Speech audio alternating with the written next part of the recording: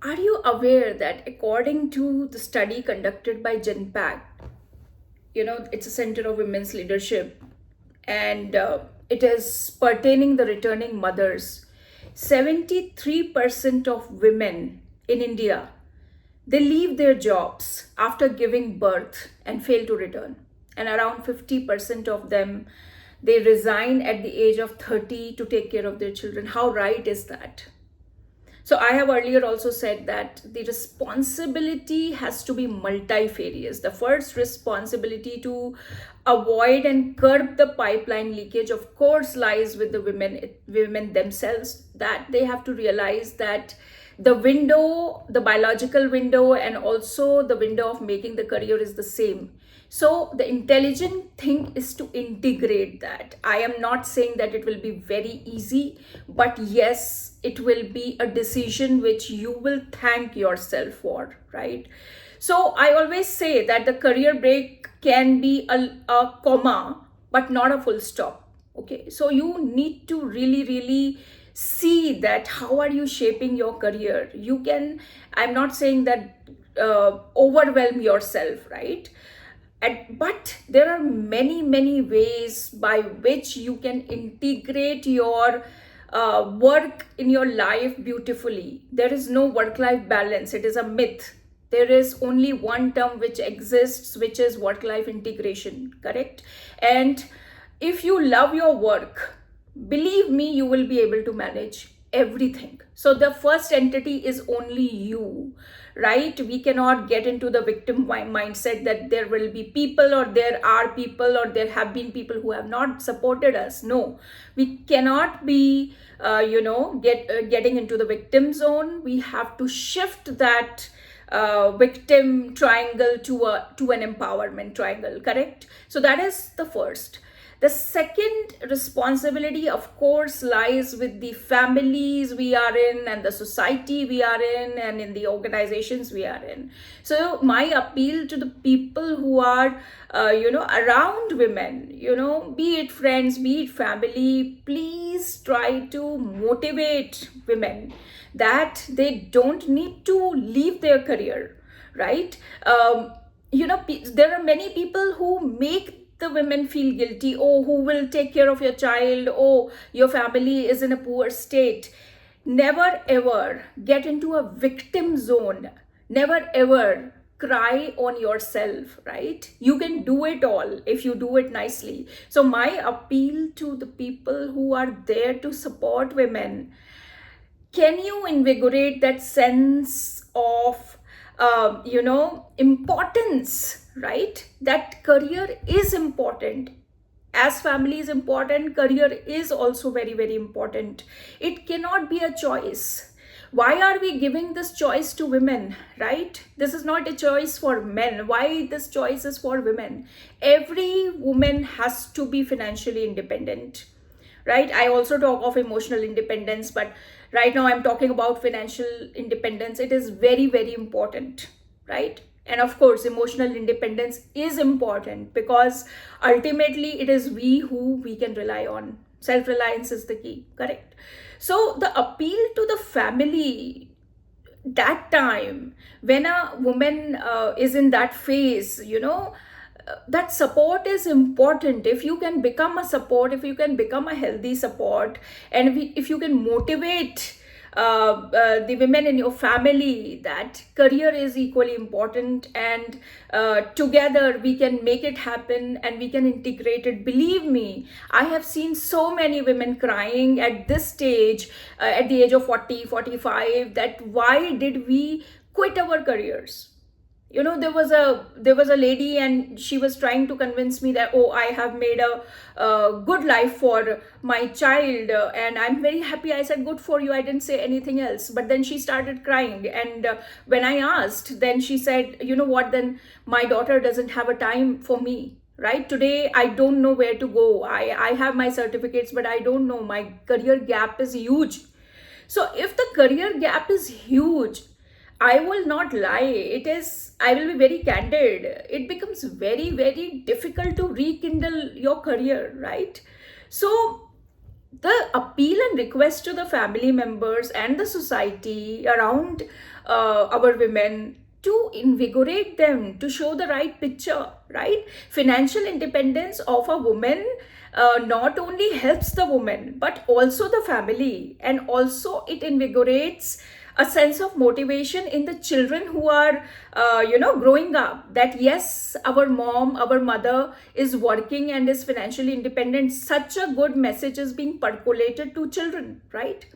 So this is very, very important. This piece, this responsibility also lies with the families and the society.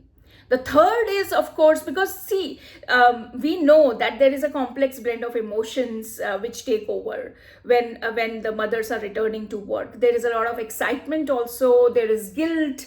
There is a gap. So they're already having those apprehensions. So third thing is, of course, with the managers they're working with, the team members they're working with, right?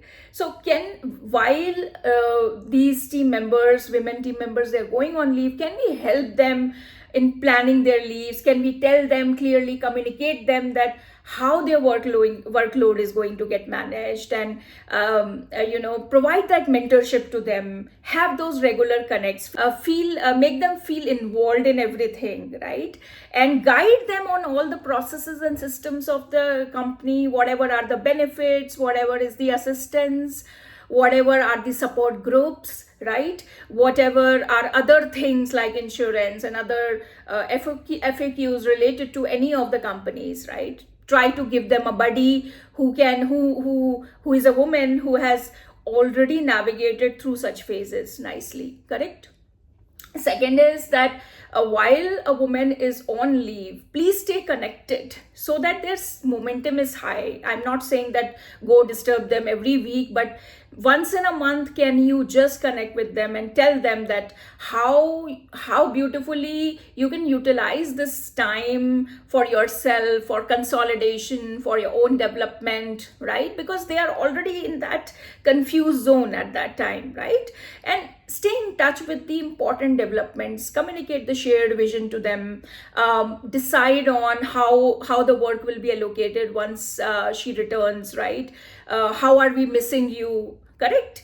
And communicate whatever benefits, whatever policies of the company are there, so that we can, they feel supported, right? And of course, when they come back, that time it is very, very important, because they are already in that spiral of emotions. They're very, very confused how they are going to rekindle. So please help them re-assimilate and re-induct in the system. Tell them about if there have been new developments or new team members. Do some team assimilation exercise once again, correct? And guide them based on your experience, that what are those time-saving hacks, or what all those things are which can be outsourced, right? How they can manage themselves very effectively, correct? How they can manage their time, how can they take care of the distractions, and how to build a meaningful support system, how to stay away from toxic people and never lose strength, right? And not to try to become a superwoman. And also the other pieces which we all must have done in terms of healing ourselves, right? Those breathing exercises and many things which we have practiced. I was just having this session on the balancing motherhood, and I was so deeply touched when two women said that, at the right time you did this session, and we were about to go. We wanted to leave because we were not able to. We were really getting overwhelmed by our guilt that we are not able to take care of children, right? So I sincerely told them that if this thought again crops up, please get in touch with me. And I counseled them enough, and I separately talked to them. And I'm so happy that they are here in the organization, and not even in the organization. Apart from that, also I keep on talking to women, and my purpose is that women should really understand the importance of financial independence and emotional independence, right? And there is one more nuance to the managers, which I've said earlier also, that don't fall into assumptions, don't fall into stereotypes that if women are returning to work, they will always want that comfort zone. Please ask them what kind of work they want, how would they manage it. Just don't assume yourself that no, they are wanting comfort, right? So that is very, very important. And finally, of course, good organizations, right, they always work on the flexible work options. There is a lot of leadership support. There are mentorship programs, there are support forums wherein women can speak their heart out. They don't have to go out to support groups and speak about it. And the communication channels are pretty collaborative. Organizations also work on reskilling, so that the skill gap is being sufficed. They have proper re-inductions happening. There are wellness forums, right? Good organizations always take that extra mile to accommodate women if they are really having genuine problems, right? So I would say that the first responsibility is with the women themselves. Second is with the families and the loved ones they are with, and the society. Third is with the team members and managers with whom they are working with. And fourth is, of course, with the organizations, right? So I think if all of us come together, we can really curb the pipeline leakage. I think this is very, very important for women themselves and for the society we are in, and really we can make world a better place for all of us.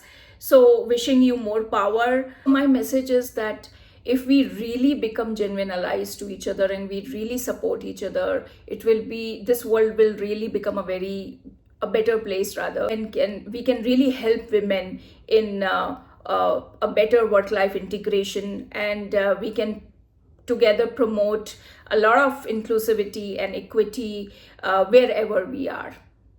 So all the best, take care, stay blessed.